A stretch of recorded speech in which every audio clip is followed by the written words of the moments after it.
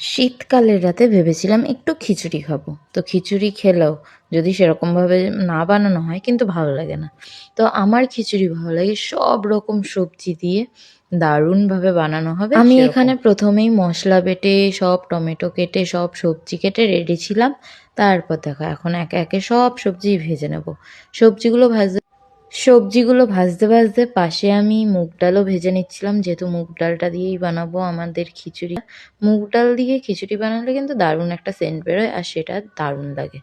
আর দেখো এখানে আমি সব সবজি একে একে ভেজে নিচ্ছি, একে একে না আর কি, একসঙ্গে দুটো তিনটেও একসঙ্গে ভেজে নিচ্ছিলাম। তো এখানে ভাজা ডালটাকে আমি ভালো করে পরিষ্কার করে নিচ্ছিলাম, ভাজা ডাল চাল সব একসঙ্গেই পরিষ্কার করে নিচ্ছিলাম, কারণ সব একসঙ্গে আমি আগে কষাবো তারপর হাঁড়িতে দিয়ে দেবো।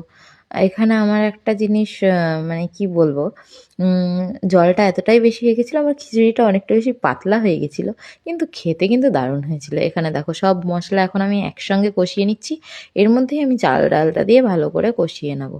তারপর এই চাল ডালটা আমি দিয়ে দেবো হাঁড়ির মধ্যে। হাঁড়ির মধ্যে দিয়ে দিলে কি সব একসঙ্গে এবার ফুটে যাবে বেশ ভালোভাবে। এই যে সব দিয়ে দিয়েছি, দেওয়ার পর যখন ফুটে আসবে তারপরে আমি সবজিগুলো দিয়েছিলাম, তবে সেই ভিডিও আমার নিতে মনে নেই, অবভিয়াসলি না নিয়েছি বাবা।